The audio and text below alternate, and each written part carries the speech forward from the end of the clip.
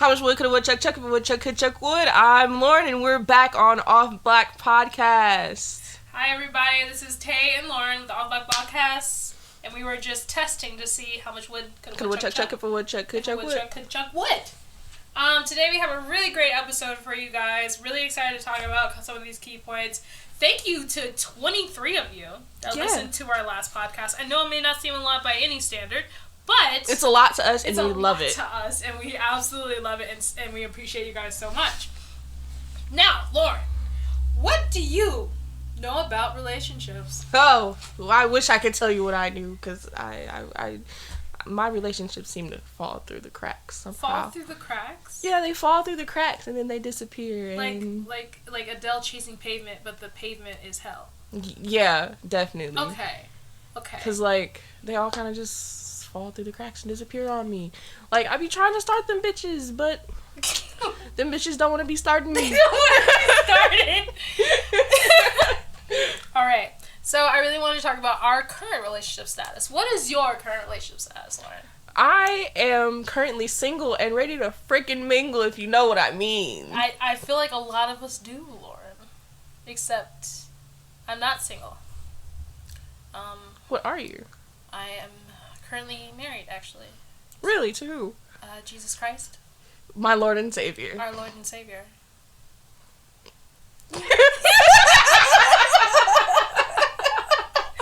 So for anyone asking, yes, I am single in the devil's eyes, but in any other. What is the devil wearing Prada in those with those eyes?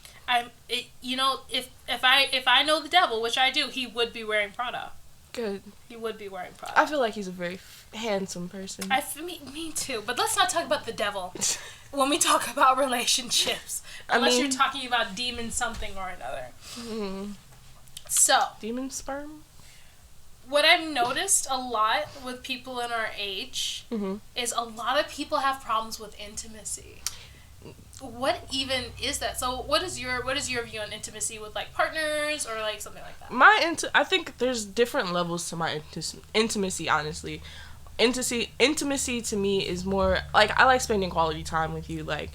If we're hanging out and we're supposed to be in this relationship, put your phone down, spend some time with me, talk to me. We're gonna goof around, you know. Right. We're gonna get to know each other. We're gonna stare in your eyes and look at you like goofball.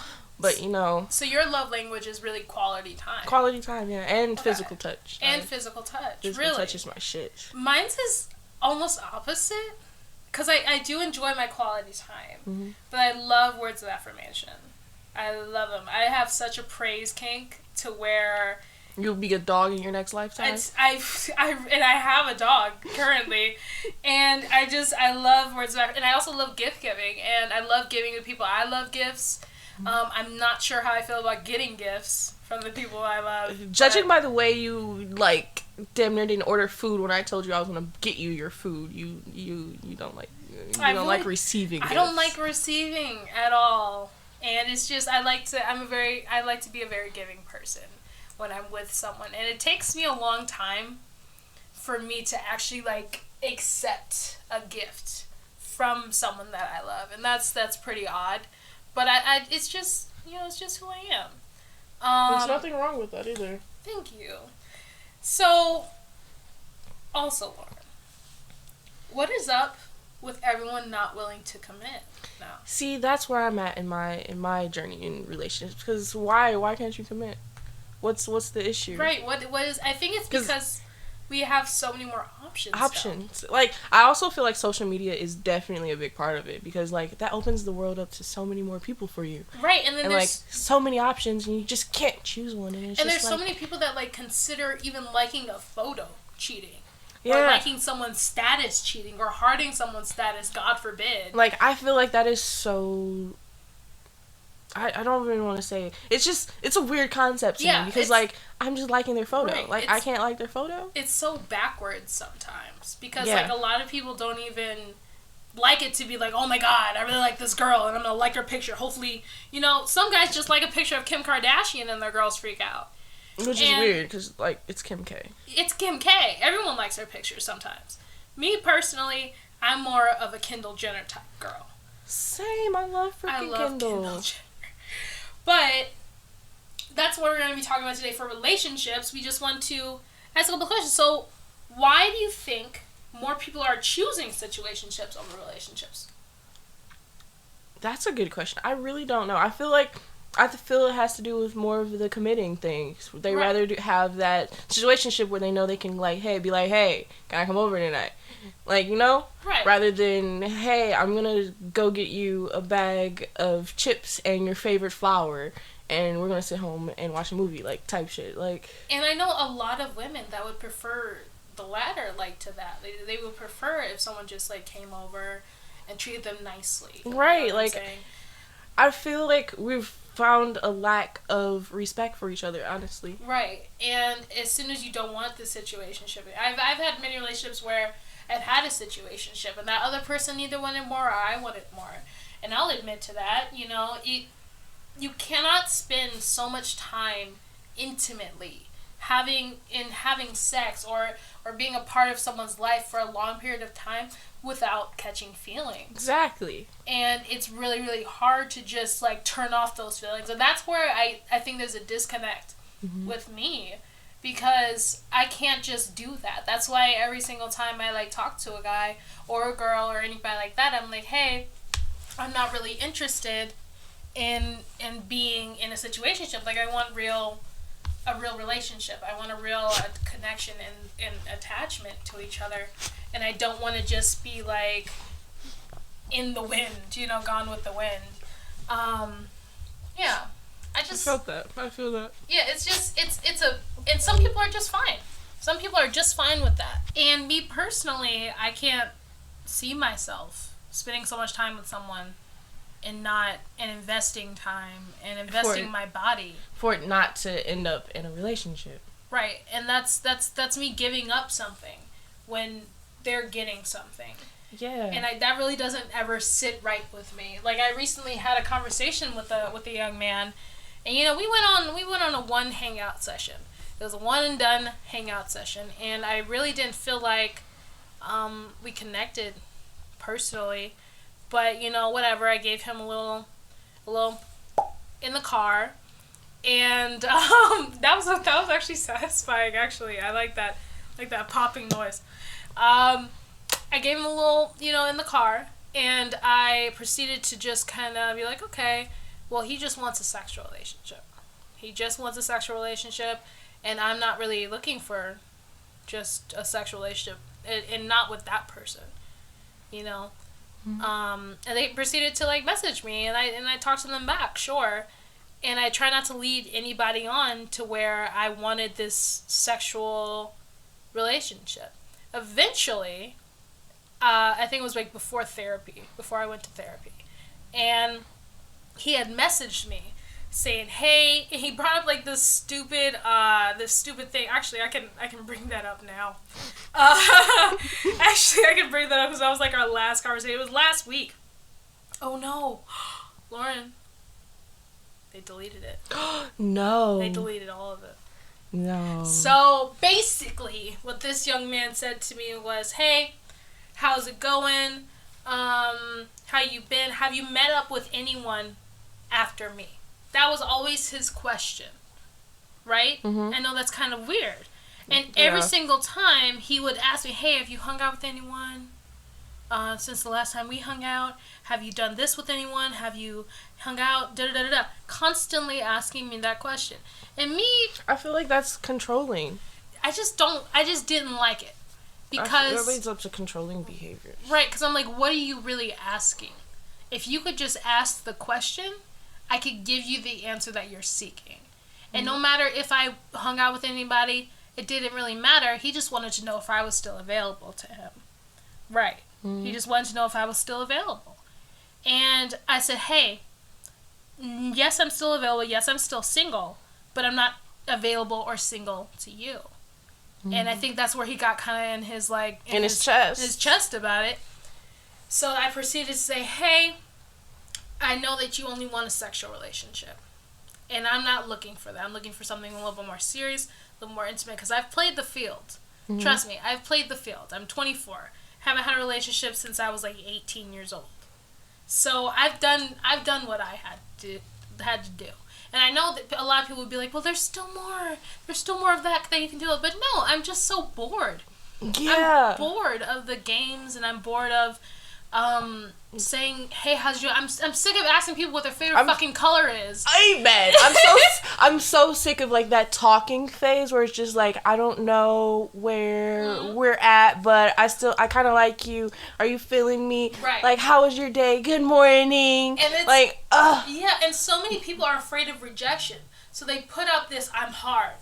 I'm hard. You know, they put out that front, and it just takes so much away. And no one's playing a game. I wouldn't be the one to play games with you, because I'm a serious person. I've been told by many guys that I'm a little too uptight. Ooh, tell me about. Oh my god. That I'm too uptight and I don't get comfortable. Or they get so scared when you're like 100% yourself and you're real with them. Right, and I don't see the point in faking a personality to make you happy.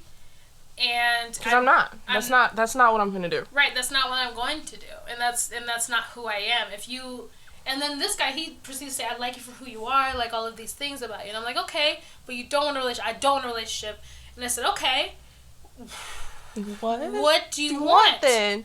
And so he proceeded to say, okay, well, I'm like, I know you're not looking for you're looking for a sexual relationship, and that's fine. And I looked at him, and I pulled a move that my mom would have did on him. And I said, there are lots of women that would want that relationship with you. And you know what? You should go out and get one of those women that want that relationship with you. Amen. But guess what? Men don't want that woman that wants that relationship with them. They want the women that want relationships to be willing to have an only sexual relationship, because that's a lot easier to deal with, because their feelings won't get hurt. In a situation where a woman that wants the relationship has a sexual relationship and then falls for this guy,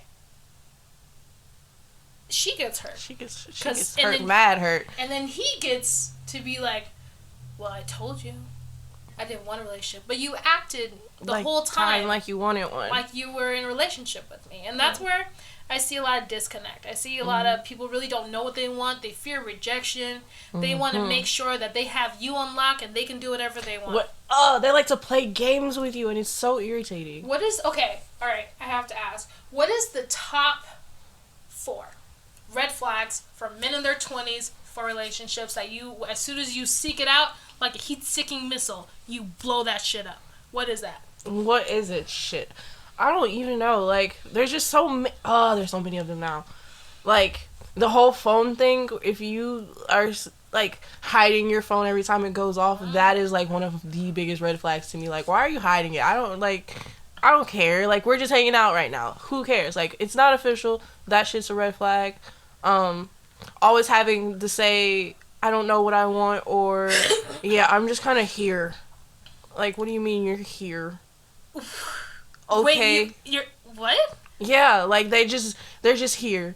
Like, yeah, I'm just here for a good time, not a long... What? Like, I've had somebody tell me that shit. Like, I'm just here for what? What do you want? Oh my god, I have to tell you something. What? There was this guy I was talking to for a couple of... I think I was talking for like 2 weeks or so. I finally got the balls, and I invited him over to hang out at my house, which isn't a thing that you should do, especially if you're trying to get to know someone seriously. I didn't know, really. I was 21 years old at the time. I was just like, I want to hang out with this cute boy I met on the internet. And, that sounds so sketchy. I know. It was so sketchy. And, like, he comes over to my house. We sit on my bed. You know how I sit? I sit very... Proper sometimes. She's very princess-like. You know what? I have a dog named Duchess. Who's like, the princess here? It's like you used to, like, sit with books on top of your head sometimes. Honestly, I did. I went through that phase. And, so I'm sitting there in the bed. I'm sitting, he's like, why don't you just relax? He puts his arm around me. He sits up as well, trying to mimic what I'm doing. And I said, okay, so what do you want to do? We always ask that question. So what do you want to do? What you trying to get into? It doesn't matter which variation you say it. That's what you're saying. What you trying to get into? Like, why are you here? Like, what's up? And he looks at me in my eyes. He was like, you know what? I'm just trying to hang out and get fucked. Oh, okay. And guess what? I still had sex with him. I still did it. And you want to know why? Because you were just trying to get fucked too? No. No? Because I really liked him. Yeah. And it didn't matter, you know, what he was saying. Because I thought that was just a grandiose personality trait to where he says things he doesn't mean. And that's why as women, do we just kind of over-explain men when they tell you exactly who they are. Mm-hmm. They tell you exactly who they are. And what they want. And we just ignore. And we go, oh, maybe he's just shy. Like,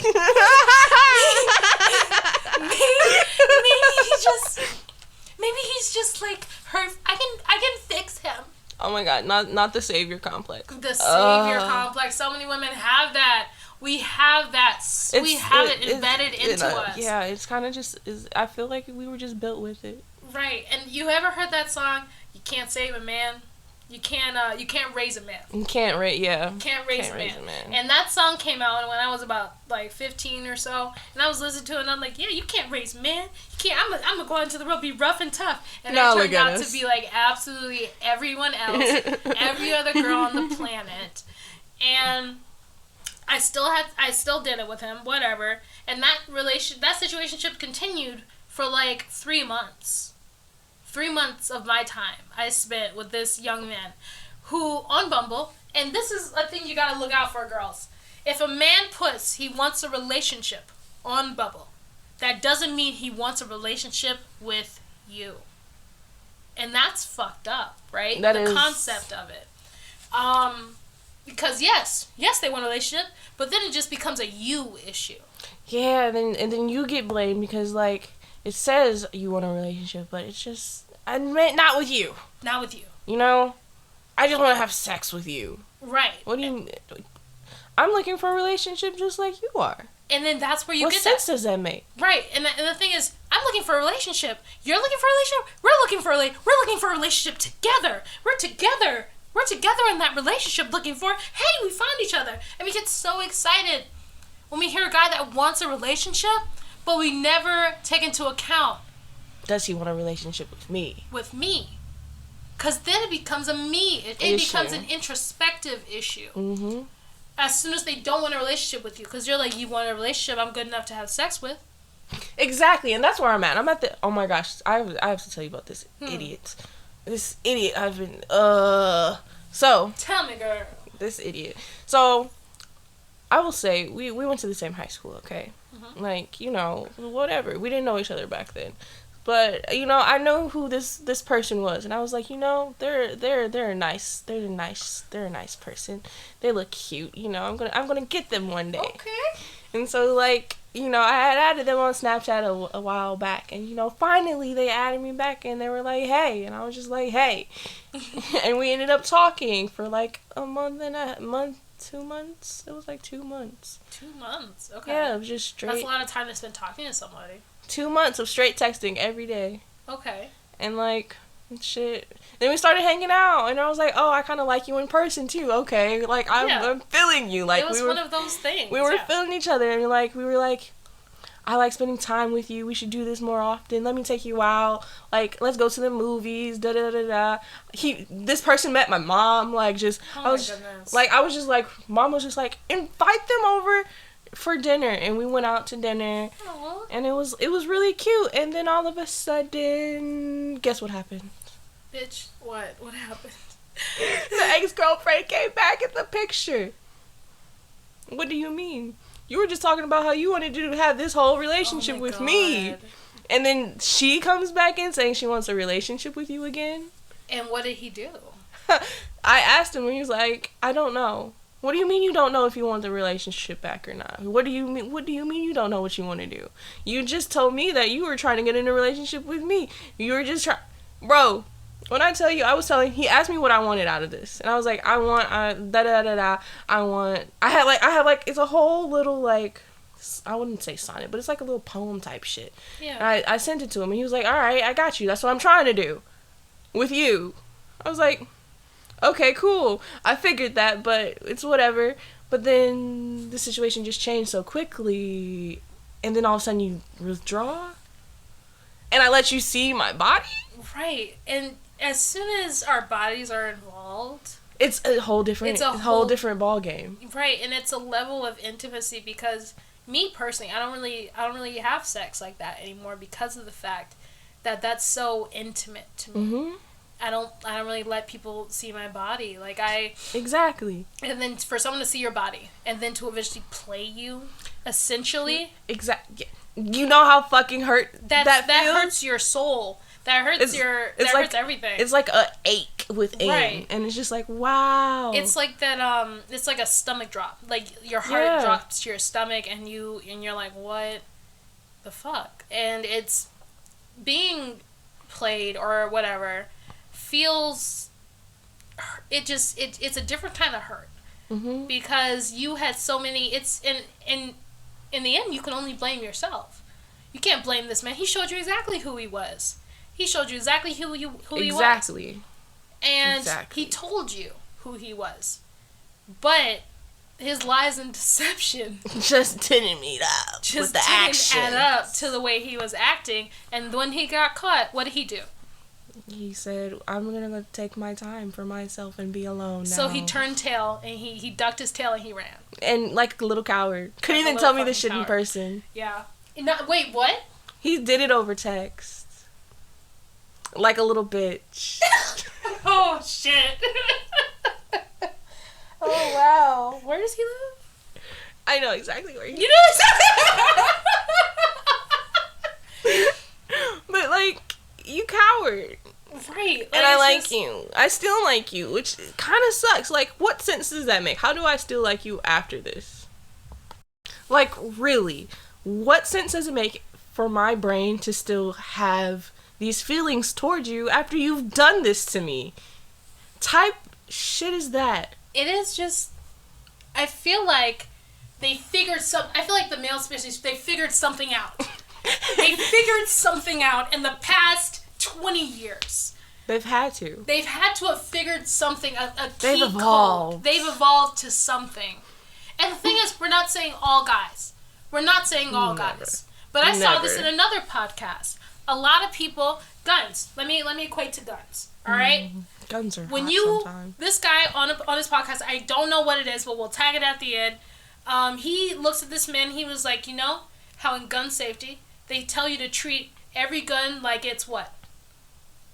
A weapon. Like it's loaded. Like it's loaded, yeah. Like it's loaded. Like it's right? loaded. So, we treat every man like he's a loaded gun. Okay? We treat every man like he's a loaded gun. Why?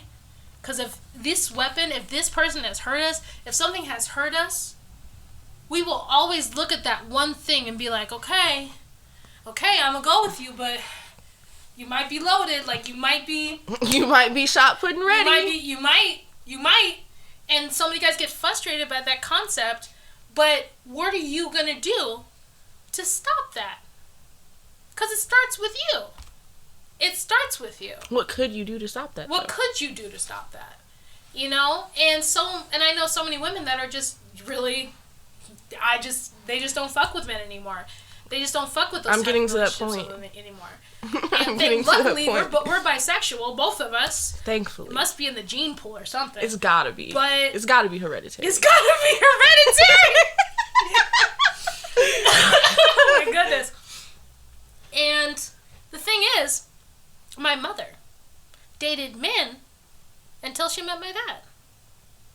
She was 36 when she had me. She spent 36 years of her life dating men.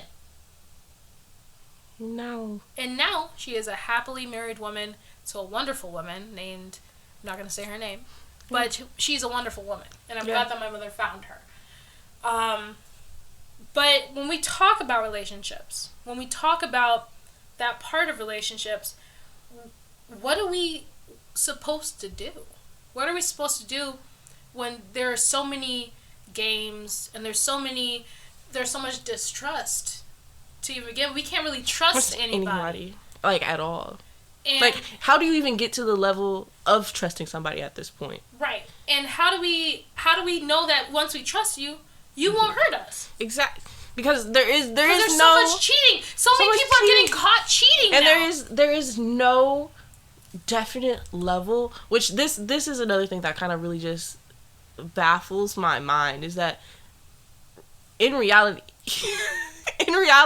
there is no way to know if I can actually fully trust you for real. Right. And what are you supposed to do? You just have to go out it blindly, and as the obstacles comes, you jump, you leap, you crawl. Right. And also, did you hear, I'm not sure if you heard, but there's a study that says not all couples fight, right? Not all couples fight. Since when? Not all right. But why do we have in our heads that couples need to fight? Because if you love somebody, if you agree with somebody, why would you have to fight? Sure, there are disagreements that might come up. Sure, there's a little bickering here and there, but there shouldn't be a fight. You shouldn't have to fight for that relationship, in that relationship. So why have we got into our heads, everyone fights? How many times have we heard women look at us and be like, we got into a fight. And then another woman goes, well, sweetheart, everybody fights. Everybody fights like that. Yeah, because when I think of a good relationship to look at and go about, I think of my great grandparents. Like, I had never in my life seen them argue, yell at each other. I know they had their disagreements because they were them, but like they always talked it through. They never like got heated. They never swore at each other. They kept it civil because they knew that they loved each other, and they knew that the other person was going to be there no matter what. Right. And it was their chef's kiss relationship.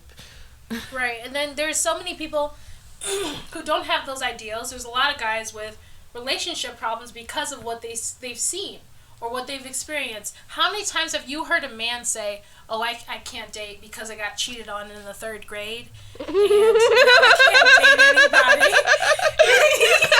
I don't trust anybody. That's why I just want sex from you, because I can't trust you. Fucking Anna from fucking Morse preschool, she fucked me up real bad. I'm like, bro, like, can you grow up? Can you grow up? Can you get over it? Can you get over it? That was such a long time ago. Right. And why are you holding on to it like that? Right. And we can't say, why can't you just get over it? Because it's like, oh, she did what? Like, it's a whole thing. And we try to be the pick-me. I know so many girls that take that opportunity to be like, I would never do that to you. I would never. Because you're so hot. You're so hot. Like, why cheat? But you know, hot people get cheated on all the time. Like, can you think about it? How the fuck do you how do you marry Beyonce, yet you still cheat? How did Jay-Z do that? You got the queen bee herself. You got the whole queen bee, and you acting like a worker bee. You acting like a worker bee. Hopping from hive to hive. No. And it's really hard. It's really hard lately to find real people. And it's all a part, we're all on the internet now. Yeah. We exist on the internet with relationships. Mm-hmm. And I think that's a big problem too. I think that's a lot of a problem. You know what? I don't think it's the base of the problem though. I think it's I feel like it's a catalyst. It's a catalyst for the problem, because yes, there are good, honest people out there that are more than willing to date, that are more than willing to do all these things, but how are we gonna meet them if we're looking at fucking Chad? He has a 6-pack, and I can see it visibly through his shirt. I'm gonna swipe on Chad, cause me and Chad can talk. You know, we can have a good time. I could go out for a drink with Chad, but Kyler. A Kyler, he's suave. He reads books. He's literate. He knows how to spell onomatopoeia. I don't even know how to spell onomatopoeia. And Kyler is, minding his fucking business, because there are people like Stephanie, alright? Stephanie and Chad go together, ace boon coons, because they are both fucking horrible, but they're hot. I'm gonna go for the hot persons. But Kyler, he's hot too, but he just minds his own fucking business. Where are the Kylers when we have the Chads? I thought I had found me a Kyler, too. You thought you found a Kyler? I did. I really did. Yeah, I really did. I really did think I found a Kyler. But oh well. Next topic. Next topic. As we move forward, we will be talking about another aspect of relationships, and that's sex. As we go along through here, also, trigger warning to anyone that doesn't like talking about sex or anything like that. If you don't like words, please do skip forward and then to the end or whatever. We don't want to make anyone uncomfortable. I do recommend listening though, because we do probably be listening. Informational. Probably you'll probably learn something. But if that's not your thing, please skip forward. That's all.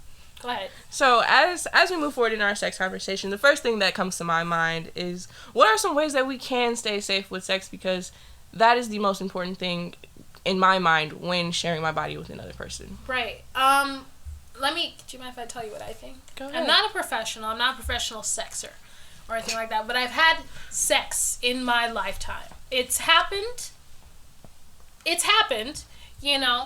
and what I've learned is, first, you have to know that person. You have to know what they're going to do to you while you're in that bed. And I'm not going to say it's good or it's bad. Bad things they're going to do, good things they're going to do to you, great things they're going to do to you, but you have to know that person. You have to vet that person. Mm-hmm. You have to start with foreplay. If they don't know where the clitoris is, don't fuck with them. All right? Amen. If they say that the G-spot is an urban myth, don't fuck with them. If they listen to Ben Shapiro, what, Lauren? Don't fuck with them. So, that's the first thing. You have to know your opponent. You have to know who you are talking to. Mm-hmm. Second, go ahead. Oh, I was going to say that kind of goes with communication. I think communication is a very important aspect of having sex with someone, because if you're not able to express verbally what you want or how you want it, it becomes it's much more difficult. And it's awkward, and you will not have an orgasm. You will not enjoy yourself. You will not enjoy yourself, especially if you know that person doesn't know what they're doing, and you're saying, I just really want him to move to the left. If he could move to the left, that would be fantastic. And it's always the left. So when it really is always the left. Go to the left, please. And if you cannot look at your partner that you are having sex with and communicate, hey babe, if you could it would be so sexy. Mm-hmm. If you just moved a little bit right there. That's perfect. You know what I'm saying? Uh-huh. If you can't communicate that, then you probably should not be having sex with that person. And that's hard. But the thing is, that's hard to do. It's hard to tell a person what you want, because we are so... people are people pleasers. Yes, people are people pleasers. And it's very hard to tell somebody, hey, that's not enjoyable. Right. Please do this, though. And they still look at you at the end and say, did you come? No! Because you were on the right! When I needed you on the left! I needed you on the left, George! So first, communication. Yes. Always. Second, protection. Yes, Protect yourself. Get tested semi-regularly once a year. Yes. Every time you have a new partner, mark that down. Make sure you have their information.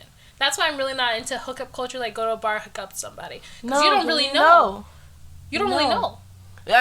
Hookup culture honestly terrifies me. It is terrifying because I was a part of it. Because, that is just something I would just feel like I would combust if I was to find out that some random stranger gave me HIV, and now I can't even get in contact with that stranger to tell them they gave me HIV. Or they don't even know they have HIV. No. Or chlamydia, or gonorrhea, or something like that. Something curable, but, still, you have to know your partner's body as well. If you see something on their body that doesn't look right, either don't have sex with them or discuss that, and they can be like, oh, yeah, I'm sorry, this is... blah, blah, blah, blah, blah. And it all comes out communication again. Yes. It's communication again. And so talk about protection. Talk about, hey, I know this is awkward. Always, I never want to say I know this is awkward. But it is. It's always awkward. Hey, I know this is awkward. But when's the last time you had sex? Mm-hmm. Are you clean? Mm-hmm. And how do you like your sex?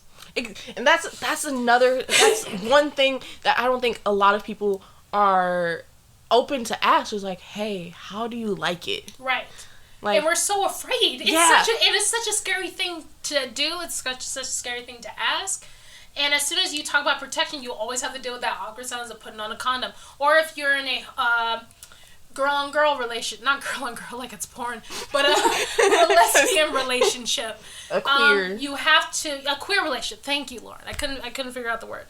If you're in a queer relationship, you're gonna have to look at your female partner or male partner and be like, hey, how are we going to protect ourselves? Let's not forget the non-binary. Right, let's not forget the non-binary. I'm sorry, the they, them, thussy is amazing. Amen.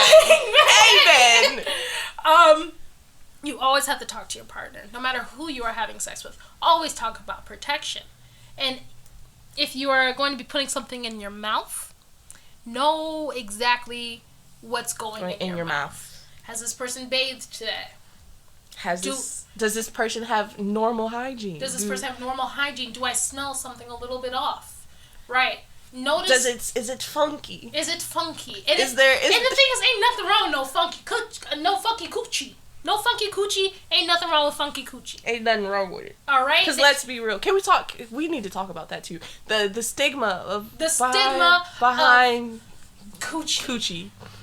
The stigma behind discharge. Yes, like, it's normal that happens. It's normal to have discharge. Yes. And I would be concerned if you didn't have discharge. Right. If you did not have discharge, that's another issue in itself. But discharge can be all shapes and sizes and colors and smells. And people just are so uneducated about the vagina. About the vagine. And I'm like, why? You want to eat it, right? So why don't you see what's going on with it? She just made a really weird face with her tongue.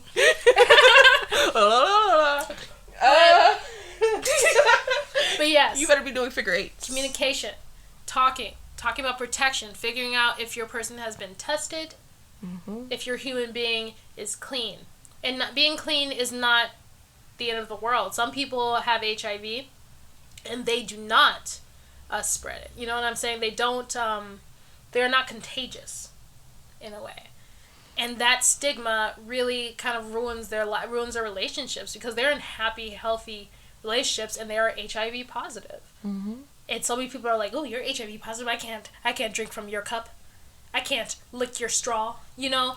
And every time someone talks to someone with HIV, they act so different around them, mm-hmm. which is horrible. Mm-hmm. They should just be able to live their lives like, yes, I'm HIV positive. No, you can't contract it from me because my HIV levels are so low. Mm-hmm. And with medication now, they get their levels to so low that they just have it. Mm-hmm. You know, it's in their blood now. But it's not their fault. I don't think anyone goes out into the world saying, you know what? I can do with a little HIV today. Just a dash. Just a dash. You know, no one does Salt that. Bay. Salt. You know what I'm saying? And it's not their fault. It's not anyone's fault when they get it or if they have it. It's really not. Yeah. Moving on. So let's talk about why are 70% of hetero women not reaching completion during intercourse. 70% actually. 70. That's 70% of hetero women. Of hetero women are not reaching climax during intercourse. But 95% of men in hetero relationships are reaching climax. What is that orgasm gap? What even is that? Why are we so afraid to talk to our partners about our pleasure? And pleasure used to not be a word that I could say when I was 18. Pleasure. It's just not pleasure. Worried about my own shit. I was so ready to satisfy any partner that I was involved in. You know, I think a lot of it has to do with the stigma behind masturbation itself before getting into any sexual relationships with another partner. Because when you think about it, if you don't know how to pleasure yourself, how do you know you're actually reaching climax? Right. If you haven't experienced it through yourself. And I know this is going to be a little gross for me to bring up, but when my mother shared me a story about when she was younger, you know, she would have sex with men. But those men, you know, they'd be like, did you come? She was like, I think so. I think. And they'd be like, you did because you're wet. No, not necessarily. Not necessarily. No. And what is that stigma around loose vaginas, by the way? Loose means relaxed, homeboy. You relaxed her. She was relaxed. Tight vaginas, they're not good because they don't...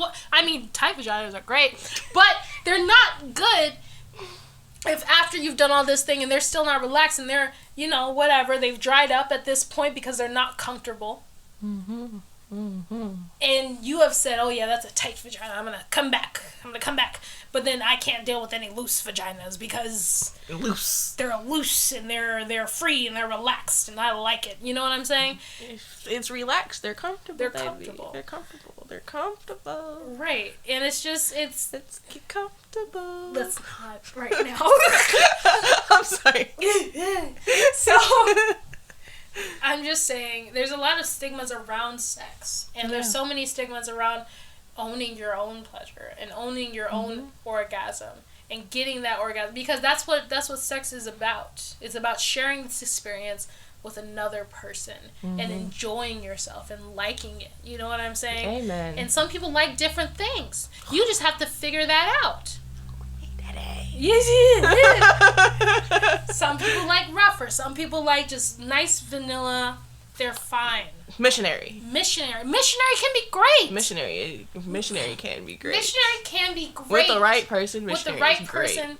Absolutely. And I feel like it's all about finding the right person. Because as soon as you start experimenting with each other's bodies, as soon as you start learning each other's bodies, that's fantastic. And you have that connection, that's fantastic.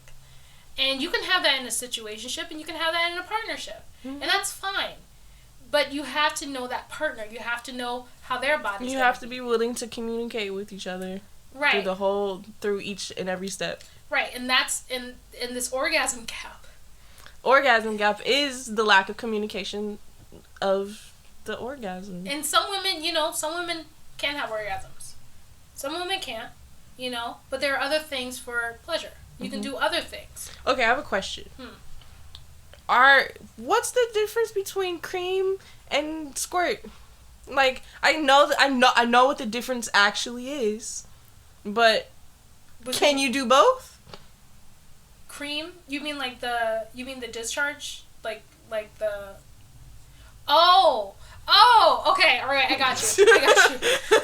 So I saw something that said, and don't quote me on this, Lauren. Can you Google it real quick to make sure that I'm right while I'm talking? What? What is squirt? Type in. And if you click on any sites that don't look safe, please don't show me. We're filming a podcast. So, what I know from my knowledge, squirt comes from the bladder. Right? Yes. Squirt comes from the bladder. Yes. But it is not pee. It is a different kind of liquid comparable to ejaculate. Correct? Yes. It's comparable to ejaculate. So it usually happens when the G-spot is stimulated. Is it internally and externally at the same time? Internally and externally. Wow, really? That's dope. No. Okay. All right. So, Lauren, what have you found? Am I correct? Am I correct on the squirt? Squirting thing? I'll just read it. Ejaculation in people with vaginas may include a small release of a milky white liquid that does not gush out. Squirting, on the other hand, is usually a higher volume. It is possible to squirt and ejaculate at the same time. And I never knew women could ejaculate. And you know what? I didn't find out we had 3 holes down there until I was like 12. And then I was looking with the mirror. Like, I was the hand mirror. The hand mirror. Yes. Jared, I'm going to go home now and just look at my vagina with a hand mirror. Just a hand mirror. And the thing is, I feel like every woman should just take a look. Honestly, a nice little peek. You just do it. Do it on a regular basis. Regular basis. Just that way you can see if there's anything wrong with your vagina, if there's anything different, coloration. You can look at your discharge, and it's a little personal. It's a little spicy. It's a self experience. It's getting to know yourself. Right. And when I found out that, oh yeah, I can orgasm with my hands. I can just do it. It's easy. And then I got toys. Oh my god. My first toy was that was a great summer. As soon as it went brr, I was so excited. That summer was great. It was a summer. Did you stay inside? Okay. Do you guys need anything else?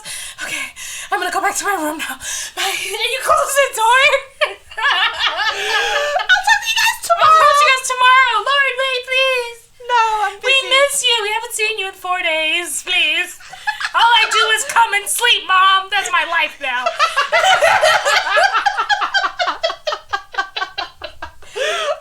Mom, leave me alone. I'm trying to. Right, and that's when my parents learned to knock.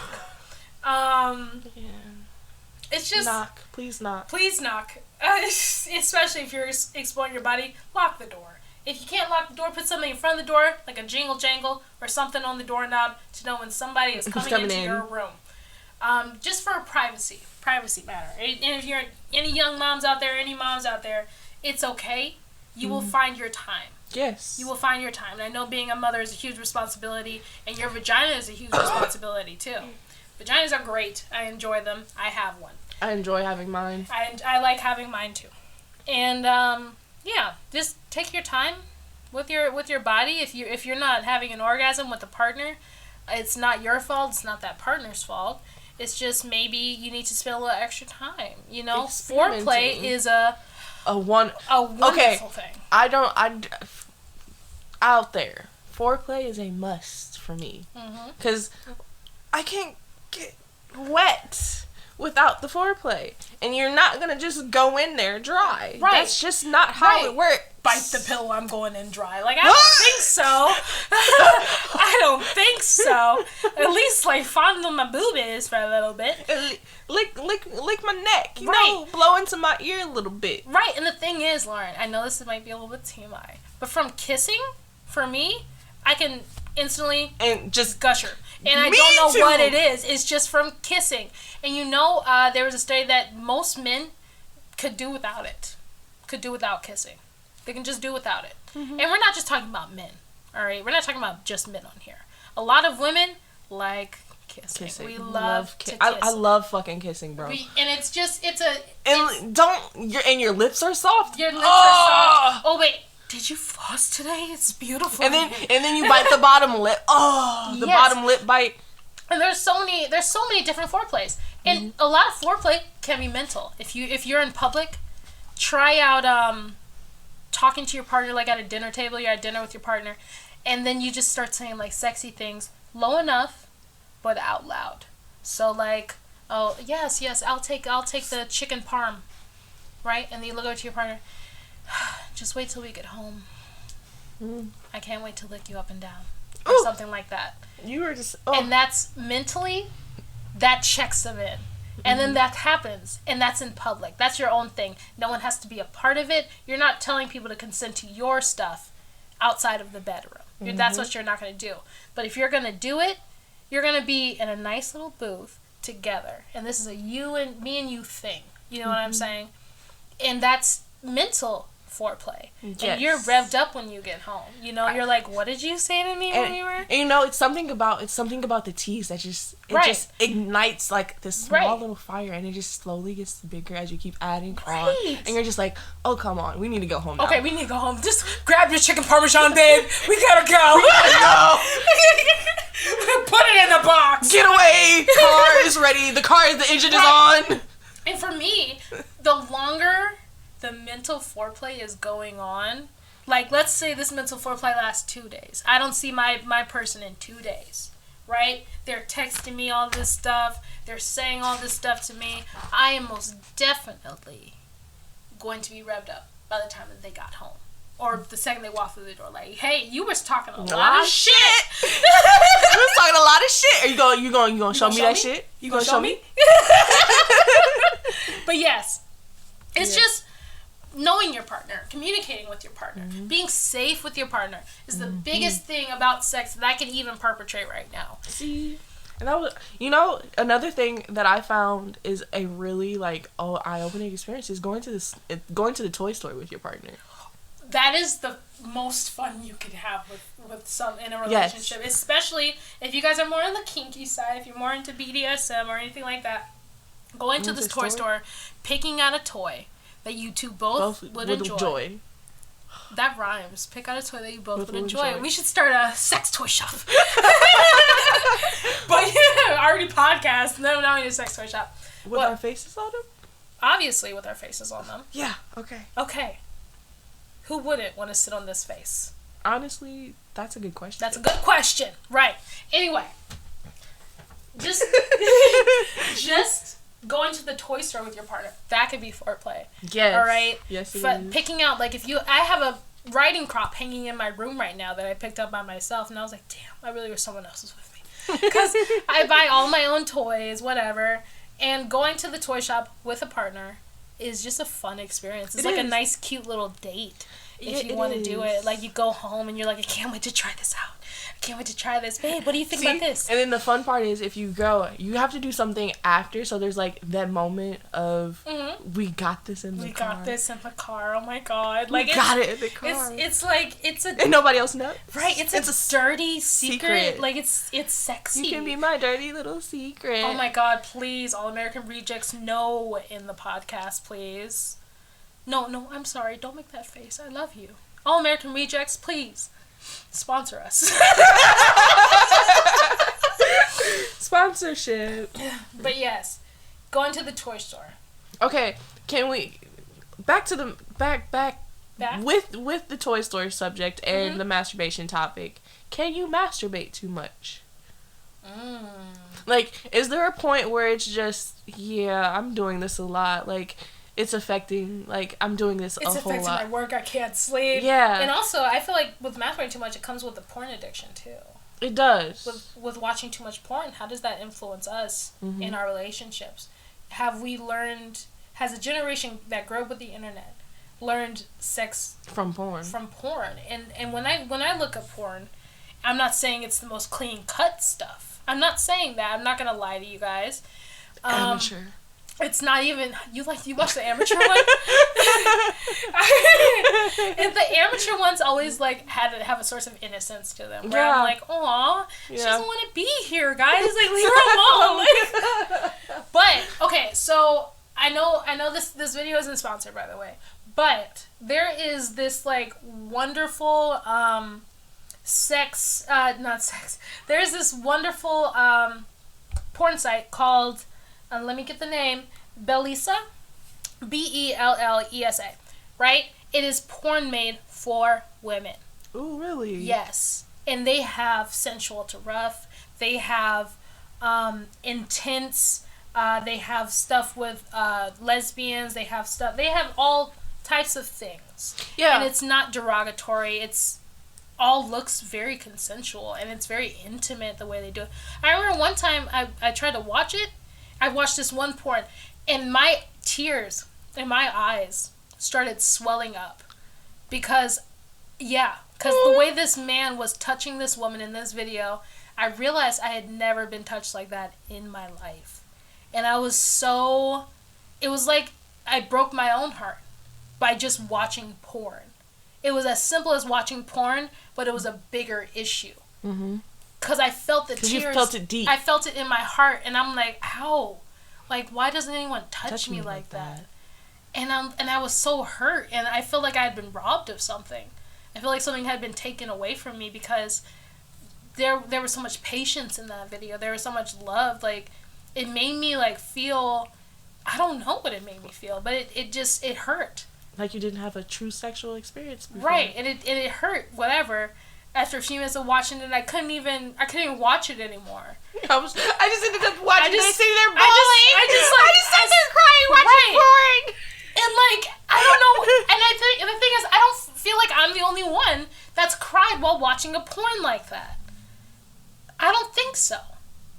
Because there's so many people out there that are having sex for their own pleasure. They're not doing it for their partner's pleasure. They're doing it for their own pleasure. So when I feel like when people masturbate too much, they're really great at figuring out what they want. They're really great at doing what they want, but when you go to have sex with a partner, you're not really focusing on them, are you? You know how you work, but have you spent that time learning your partner? And that's where I feel like a lot of people have been robbed. I feel like a lot of people have been robbed in that. But I don't think it's the masturbation's issue.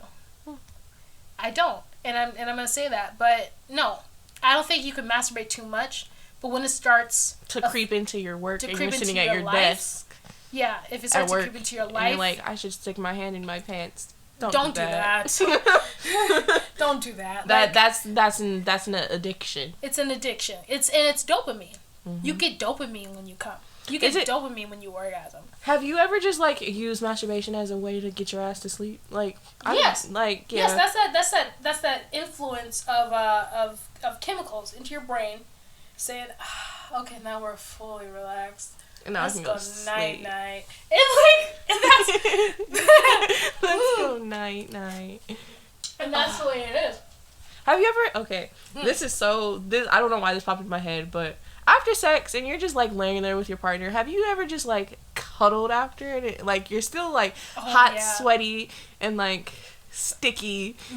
Me personally, I've done it, but I have never really enjoyed it. Really? Yeah. Because I've never really... You don't enjoy being touched in general. I don't like being touched in general. That's just me. I don't like it. There's something about it that just kind of ticks me off. It's probably my previous experiences in my life that I'm really not going to disclose on here because this is a podcast. This is public. But there are certain things that I will not accept unless I really, really trust you. And even with my family, I have a hard time with them touching me. Mm-hmm. And I really, really trust Lauren. But am I going to let her just come up and hug me for 20 minutes? No. I'll give her that 3-minute hug. I love you, boo. But get the fuck off me. And that's just the way certain people are. Some people are just like me to where I can have sex. I can most definitely do it if I forget. If I forget I don't like being touched.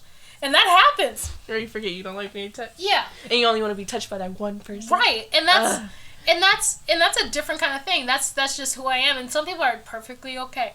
Perfectly okay with being touched. They're actually huggers. I never understood huggers. Never been one. But I am the hugger. She's the hugger. I'm the hugger. I'm the get offer, please. Get off her. Get off her, please. Get off her. Don't do that. I wouldn't do that if I were you. I wouldn't do that. It's like poking a bear, son. It's like poking a bear. And it's just it's I learned myself. Lauren, you're learning yourself too. I'm still in the process. It's a very fun process. It's a fun process. And I feel like as soon as you figure out, I like this. I really like this. I'm going to keep doing this. Oh, yeah? Okay. Man. I'm going to do this with a partner. And they really like doing this, too. It's just a new type thing. See, somehow I always end up standing up during the podcast. She got to stretch. You got to. You got to stretch, man. But yes. Sorry. We both have to stand up. Stand up and stretch. Everybody stand up and stretch with us. Yes, please. This has been 58 minutes. You gotta move them muscles, boo. I don't know, flex a leg, flex an arm or something. Do that neck roll. Ooh. Oh, yeah. Neck roll. Do the shoulder blades. Shoulders. Ooh, Lord. Yeah. What has this turned into? Okay, last question that I have underneath the sex category is how to enjoy being intimate with a partner. What do you know? How to enjoy being intimate with a partner? Yeah. We honestly covered it all. Because I know some people, as soon as they get a little bit of intimacy, they cut tail and run. Yeah. How do you enjoy being intimate with your partner? That's honestly a really good question. It's just being in the moment is very important. But yeah, I think we've really covered all of what comes with enjoying being intimate with your partner. The communication, for me, physical touch, and just spending time together. That's how I enjoy it. That's how you enjoy being intimate. Yeah. And I feel like when I'm finally intimate, when I'm finally, you know, willing to accept that physical touch, when I'm willing to do that, it's so easy to enjoy being intimate with your partner. It's so easy because you're like, oh, I can breathe with you. I can breathe with you around. And I enjoy us occupying the same space. And you know what? Intimacy isn't just sex. It's not. It's the long eye stares that you share. It's knowing someone so well. It's knowing their next move. Right. It's like going to fucking Starbucks and being like, oh yeah, no, she doesn't fucking want that. She wants the caramel macchiato, extra caramel drizzle with a shot of espresso. Give me that shit. Yeah. That's for her. It's knowing their coffee order. It's knowing their intimacy is knowing their coffee order. Aw, that sounds so fucking Hallmark right now. Hallmark. Sponsor us. But yes, intimacy is just really figuring out who you are with this person. Yeah. And loving that person. And being intimate is hard. It's a very scary. It's scary. It's very scary being intimate with someone, especially when you're new. When you're new to relationships as well. And you're new to the person as well. Like, that can be very scary. That's a very scary thing. And it's all just, it's terrifying. And that's why I think people prefer situationships. Mm-hmm. Prefer those things. Because at least we don't got to get too deep. See, just have a couple of entanglements. You'll be alright. No, Lauren. Bad. Ow. I didn't hit her. Don't let her fool you. But also, what I want to bring back, the relationships, is can you be intimate with friends? Yeah. Can there be an intimate relationship with friends? I think there is definitely a difference between the intimacy you experience with friends and the intimacy you experience with partners. All right, side note on that. But do you think that you can be as intimate with a friend than a romantic partner? I think it just depends on the other person, like who else you're dealing with. Take for I have a really good friend that is I guess I could say we've been intimate, but I wouldn't, not physically. We've connected on a level where it's just like I see you, me seeing you, and I'm seeing you, vice versa. And it's just it's a deeper connection because there's no physical attraction there, but you know that person. Yeah, so you know they'll be there for you for the rest of your life. Yeah. I feel like no, I got that.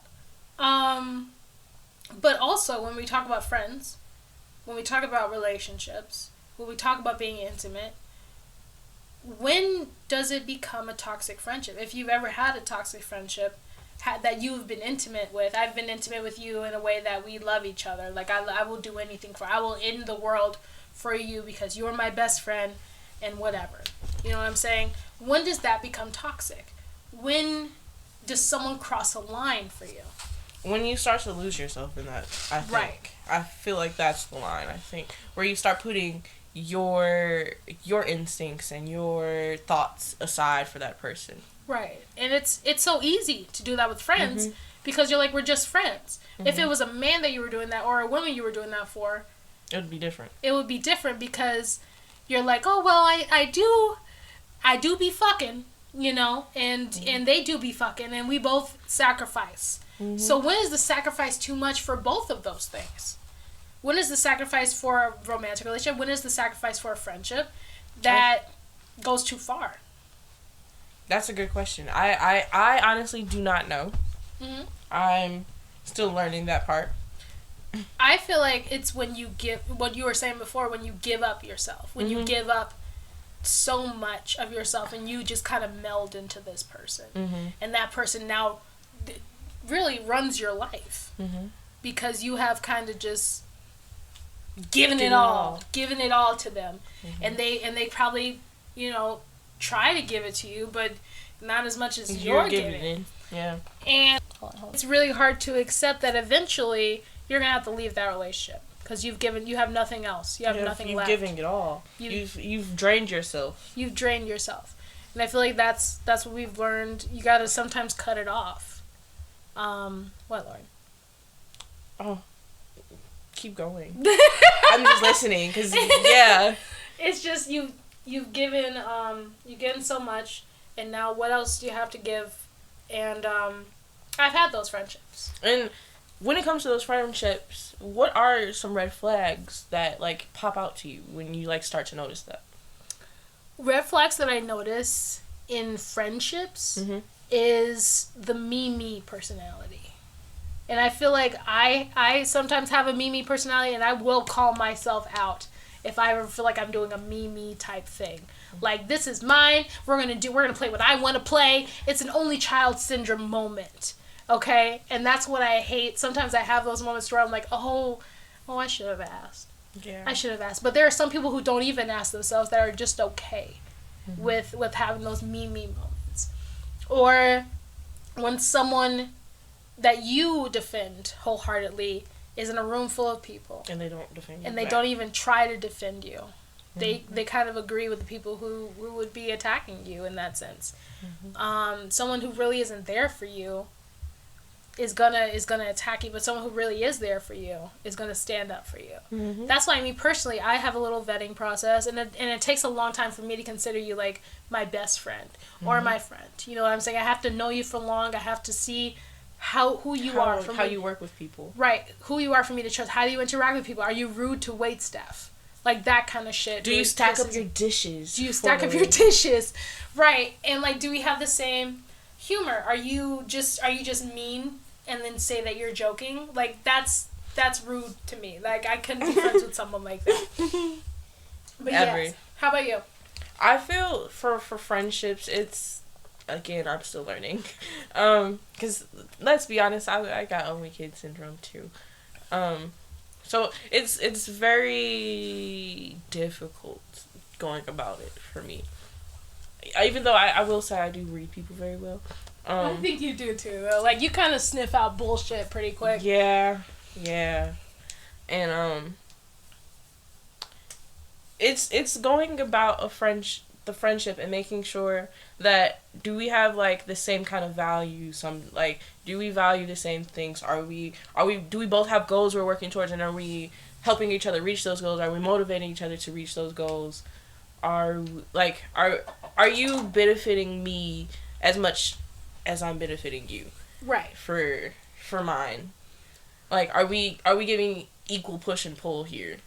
Like, are we doing our thing for each other, if that makes sense? No, it does. It's just, it's all about equality, and I'm giving you this, and you're giving me that. Yeah. And all relationships, I feel, all friendships should be receptive to that. Should be giving and receiving. It should be, I want to spend my time with you. You want to spend your time with me? Okay, I give you my time, you give me your time. We spend that time together. We enjoy ourselves. We don't fight. We don't bicker. And if there was... Oh, also, a red flag that I just thought of. If you are not able to communicate how you feel to me, then I can't help you, and I can't fix it.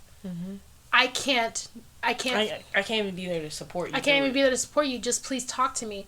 And if Lauren ever had an issue with something that I did or something that I said, I would either, hey, are you okay? Are you okay? It out of her. Or she would say, Taylor Ann, that was really fucked up how you did that, and I didn't really like that. And I know Lauren would never say that in a mean way. She would never say that in a way of like knocking me or pushing me. You know, it would never be an argument. It would be me saying, it would be, really? Hey, you did this, it didn't sit with me well, and I would appreciate it if you didn't do it again, kind of situation. Right. Where it's like, hey, can you hear me out on this? Rather than taking it as, oh, you're attacking who I am. You did this, and that doesn't get anything solved. Ever. That doesn't solve anything. I remember one time I had a friend where I sent her like this long paragraph. I'm like telling her how I feel and apologizing, telling her how I feel. And honestly, I really didn't do anything wrong, but I'm apologizing that we had to have this conversation. And she you know, we text back and forth. It's fine. And then eventually she texted me back. She was like, hey, by the way, if you want to talk to me, just call me. Don't send me a long ass paragraph. And I was like, that's the way I communicate. That's the way I'm trying to be respectful. I'm trying to talk to you, and you're gonna critique the way that I communicate. I communicate to you, and that's when I kind of just sniffed I'm like, okay. Hell yeah. You gotta respect the way other people communicate, because not everyone communicates the same way. Right. And some people are just a mom communicator, to where if they make you mad, like, you want something to eat? You hungry? Are you hungry? I'm hungry. Let's go get food. Hey, I got them shoes that you wanted online. They'll be here tomorrow. It's one of the. It's sorry. We all have a little bit of a cold. We're in Wisconsin. It's a little chilly. Allergies. Yeah, it was 70 degrees yesterday. Now it's 45. Thank you. And it's the changing of the weather, so we're a little bit under. But yeah, I just think it's communication where a lot of people falter in friendships. So when it comes to friendships, can people like their life with just like familial friendships, like us, like with just family friendships? Yeah, like you and me, like our cousin best friend dynamic. Could I live my life with just us being friends and with just me and Francesca being friends? Mm-hmm. Absolutely I can, because I trust you guys with my whole soul. Being. And I trust that you guys trust me with your body, mm-hmm. you know, and with your soul, and and you know that I'm gonna take care of you. I will protect you, you know, for the rest of my life, because I love you so much, mm-hmm. and I'm okay with that. That's me. That's just me, though. Some people need a lot of friends. Some people need to branch out a lot more. Ooh wee! I don't know. I'm learning that having a lot of friends, at least for me, is not the best way to live. Because like you get stretched out, because you're like, I want to make sure that this connection is still strong, mm-hmm. and then you're also worried about the other connections that you're making. Right. And when I look at that, I'm like, okay, I could not talk to Lauren for maybe 3 months, right? And Lauren's not gonna go on the internet and say, this fake bitch. Never. Never. And go off kind of like that. And me, I'm not fake. I've been fucking depressed for 3 months. I've just disappeared off the face of the earth for a while. I haven't been talking to anybody. I'm not fake. I'm not talking about you. Mm-hmm. And you guys would understand that. Mm-hmm.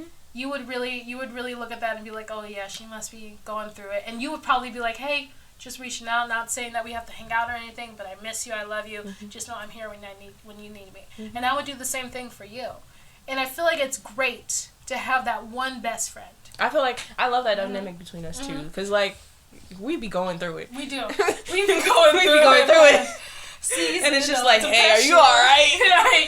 You good? I'm good. All right, peace. See you in 3 months. See you later. And that's what we could do. Mm-hmm. That's what we can do, and that's great. But not a lot of people can do that. They got raised with a lot of friends. They learned. So what I think I would be good with it. Mm-hmm. Lauren would be good with it, but it's okay if you're not good with it. And that's why I think that that's a gray area. And you know, let us know how you guys feel about that. Right, and let us know on Instagram. Right, we'll post a picture with this same question, and then you guys can comment on it underneath it for Instagram. Yeah, and we'll leave it in like the and then highlights. And then if we can, we will respond to every single one of you. Well, not every single one, but like to the ones that ask the question. Yeah. I don't care if there's like one comment. We'll respond to it. You know what I'm saying? But we'll do that. We'll do that for you. But I do think that people can be happy with just familiar friendships, as well as they can be happy with 45 friends. You know.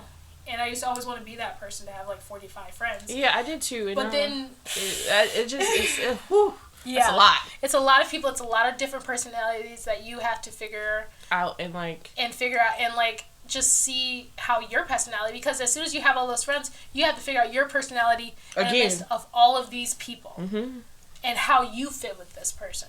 Exactly. That's like when I've a friend from elementary school. Actually, we've been friends for how old are we?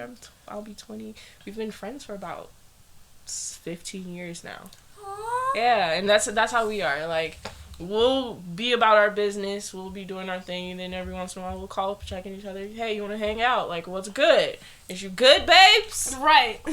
Like, I think those are the ones. That's one of my most treasured friendships, actually, because we know that no matter what, if I call you, you're gonna be there. Like, it's that I know who you, like, I know you, we've made this connection and we've stayed friends through thick, thin, ups, downs, whatever, you know? Mm-hmm.